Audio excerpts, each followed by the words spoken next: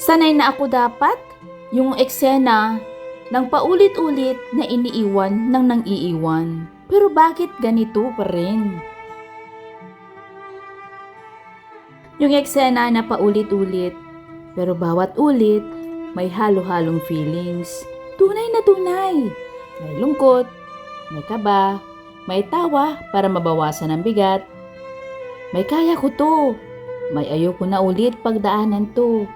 Pero may para to sa future namin.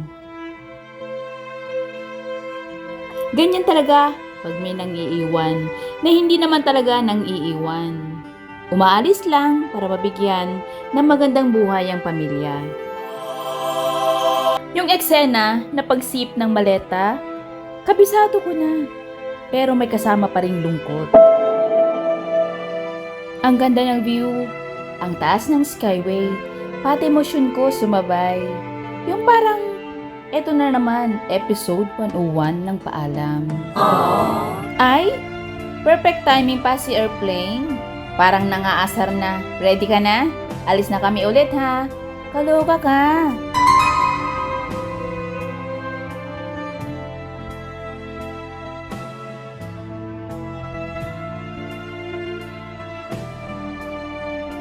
Ito yung moment na gusto ko i-post.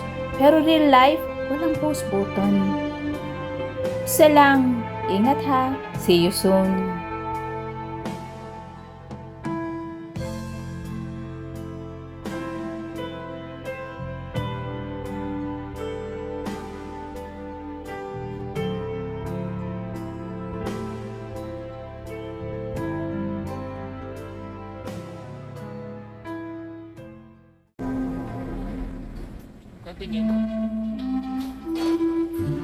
Pushcart, bags, check-in, same routine.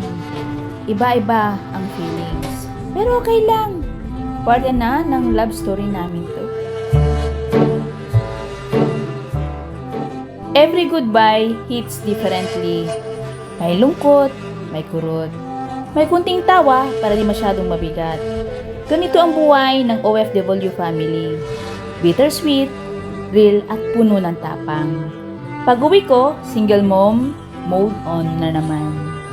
Driver, cook, tagapagdisiplina, tagapagkulit, lahat ng rule, on.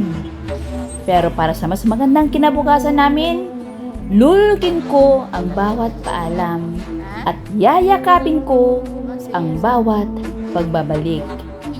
To all families going through the same thing, hindi tayo nag-iisa. Tapos ayun, alayo na.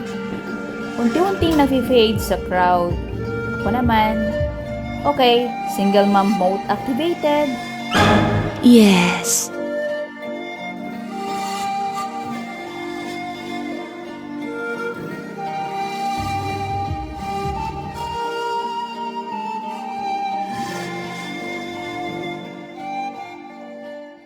So, ayun na nga.